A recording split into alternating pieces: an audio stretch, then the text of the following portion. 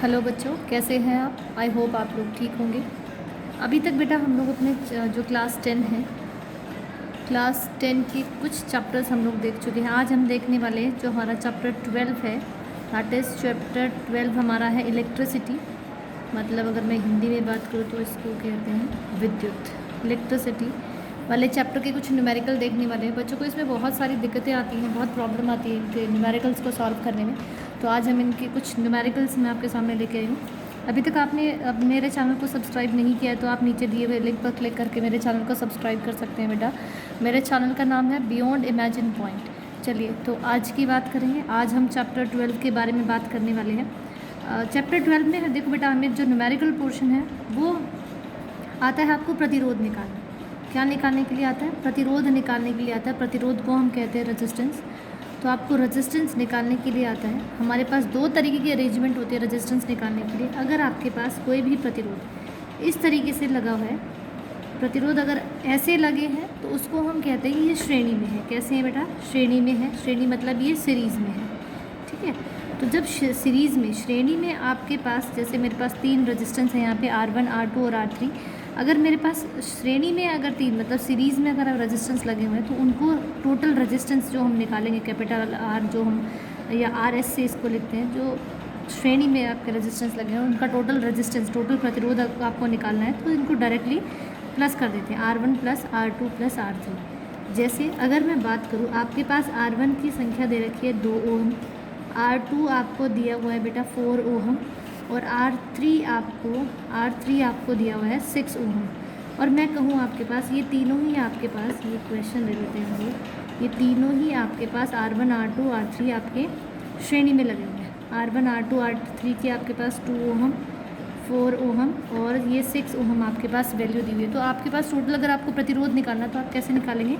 हमें पता है जब टोटल प्रतिरोध आपके श्रेणी में निकालते हैं, टोटल रेजिस्टेंस आपको निकालना है तो उनको directly R1 plus R2 plus R3 कर देना है।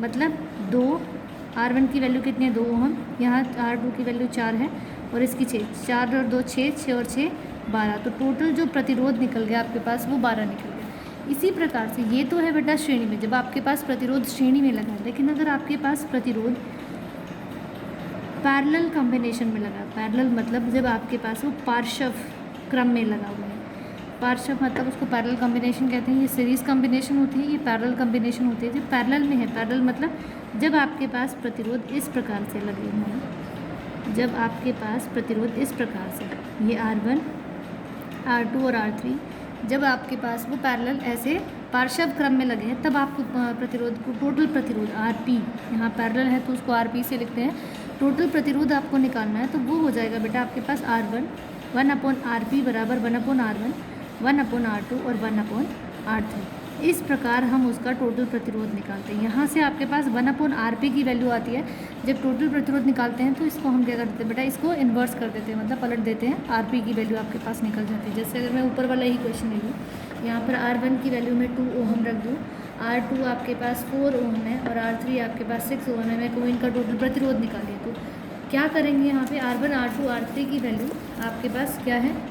1/RP equal to 1/R1 plus 1/R2 plus 1/R3 हो जाएगा। यहाँ 1/2, ये 1/4 और 1/6 हो जाएगा। इनका एलसीएम निकालेंगे, 2, 4 और 6 का एलसीएम लेंगे, 2, 2 3 6, तो ये आपके पास हो जाएगा बेटा 2 दूनी 4, 4 दिया 12 हो जाएगा। इनका एलसीएम आपके पास 12 है, 6 या 6 प्लस 4 दिए 12, 6 दूनी 12। तो आपके पास कितना हो गया ऊपर? 11/12। ये आपके पास 1/RP की वैल्यू है। क्या ये बेटा? 1/RP की वैल्यू आपके पास 11/12 ओम आई। हमें चाहिए RP, तो RP के लिए हम क्या करेंगे? इसको पलट देंगे, ये आपके पास 12/11 ओम हो जाएगा। तो इस प्रकार से आप, अगर आपके पास जो रेजिस्टेंस है, जो प्रतिरोध है वो पैरेलल में है, मतलब पार्श्व क्रम में, तो आप उसका प्रतिरोध निकाल सकते हैं। अगर आपके पास वो श्रेणी क्रम में है, मतलब सीरीज़ कॉम्बिनेशन है, तो आप उसका प्रतिरोध निकाल सकते हैं। आज हमारे पास कुछ क्वेश्चन हैं, उनके बारे में हम डिस्कस करने वाले हैं। जैसे यहाँ पर आपके पास क्वेश्चन दिया हुआ है बेटा, find the resistance between point A and B in the circuit diagram given below. आपके पास ये डायग्राम दिया हुआ है और आपको इसका क्या निकालना है? प्रतिरोध निकालना है, रेजिस्टेंस निकालना है, मतलब प्रतिरोध निकालना है। यहाँ देखिए बेटा, जब आप एक और बात याद रखनी है, जहाँ पर जंक्शन बनता है मतलब इस प्रकार से टी शेप बनती है, वो आपके प्रतिरोध कैसे होते हैं बेटा, वो होते हैं पार्श्व में। कैसे होते हैं? पार्श्व में, मतलब वो पैरेलल होते हैं, वो पैरेलल कॉम्बिनेशन के साथ है। अगर आपके पास प्रतिरोध ऐसे घुमा हुआ है, देखो यहाँ पर अगर आप चेक करेंगे तो ये टी नहीं बन रहा है, ये एल शेप बन रही है। ये जो प्रतिरोध है ये सारे आपके कैसे हैं बेटा, ये श्रेणी में है, मतलब सीरीज़ में है। श्रेणी मतलब ये आपके पास सीरीज़ कॉम्बिनेशन के साथ है। तो यहाँ पर भी देखिए आपके पास जो ये क्वेश्चन दिया हुआ है, इसमें आप देखिए ये 6 ओहम है, ये 2 ओहम है, ये 2 है और ये 2 है। ये पॉइंट ए से लेके आपको बी, ये पूरा का पूरा आपको प्रतिरोध निकालना है। तो बेटा देखिए यहाँ से आपके पास क्या आ रहा है, करंट आ रहा है, ये यहाँ से ट्रैवल हो गया, कुछ यहाँ डिवाइड हो रहा है, कुछ यहाँ, तो यहाँ तो जंक्शन बन गया। तो ये इसका मतलब ये आपके पास टी बन गया। जब ये टी बन गया तो आप इस पूरे का देखो, ये पूरा क्या आपका यू शेप है, तो ये तीनों के कैसे हैं आपके पास श्रेणी में है, क्योंकि टी नहीं बन रहा। तो हम इसको क्या करेंगे, सर्किट को चेंज करेंगे जिस फॉर्म में आपको समझ आता है। ऊपर जो ये वाला है, ये तो आपके पास कैसा है बेटा, सीधा जाएगा।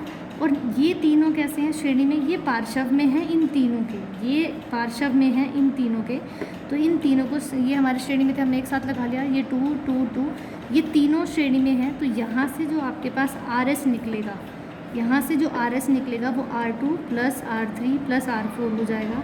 सबकी वैल्यू आपके पास 2 2 गिवन है, तो ये 6 ओहम हो जाएगा। तो आर एस की वैल्यू आपके पास कितनी निकल गई बेटा, 6 ओहम निकल गई। अब जो ये पूरा सर्किट था आपका, वो आपके पास इस फॉर्म में आ गया। ये 6 ओहम आपके दे रखा है और ये तीनों का आपने टोटल रेजिस्टेंस निकाल दिया 6 ओहम। अब आपको इन दोनों को सॉल्व करना है, क्योंकि आपको ए और बी के बीच में जो प्रतिरोध है टोटल वो निकालना था। तो ये दोनों कैसे हैं, पार्श्व में है। तो यहाँ पे आपके पास निकलेगा RP, ये आपका R1 है, ये आपका RS बन गया नीचे वाला, जो आपने तीनों को प्लस करके निकाला। तो RP जो होगा वो हो जाएगा 1/R1 प्लस 1/RS। 1/R1 की वैल्यू 6 है, 1/RS की वैल्यू भी 6 है बेटा। तो ये 6 ऊपर 2 आपके पास कट के आ गया 1/3। आपके पास बेटा जो RP इसकी 1/RP की जो वैल्यू निकली है वो निकल गई आपके पास 1/3। हमें किसकी चाहिए, RP चाहिए हमें। तो RP हो जाएगा आपके पास 3 ओम। तो टोटल जो प्रतिरोध है आपका इस सर्किट में, आपके ए और बी के बीच में जो टोटल प्रतिरोध निकला वो कितना निकल गया, 3 ओहम का निकल गया। कितना निकल गया बेटा, 3 ओहम का निकल गया। अगर मैं नेक्स्ट की बात करूँ, आपके पास हमारे पास एक और क्वेश्चन है यहाँ पे, और यहाँ आपके पास बिल्कुल यहाँ ये वाला सर्किट देखते हैं।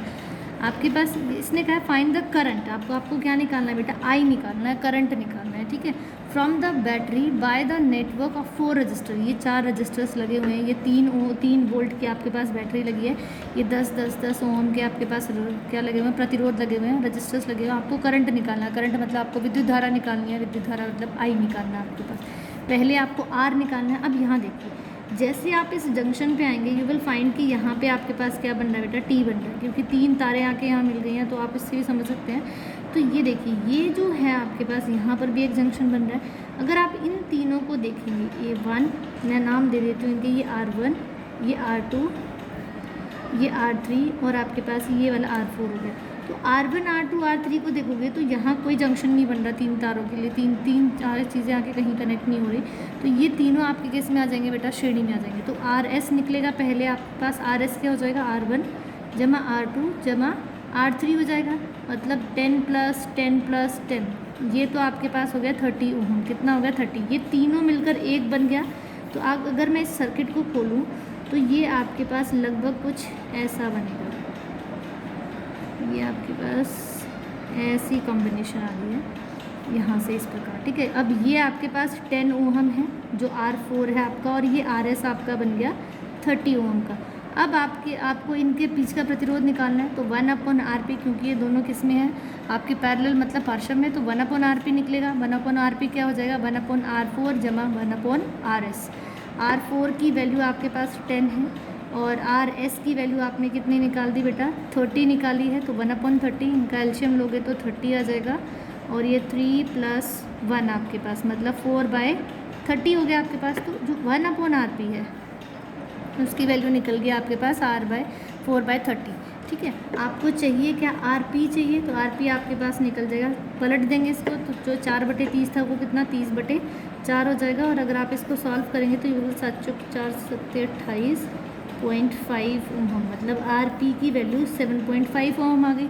अब आपको निकालना क्या था, आई निकालना था। हमें पता है ओम्स लॉ के according to Ohm's law V = IR होता है, तो आई बराबर क्या हो जाएगा V/R।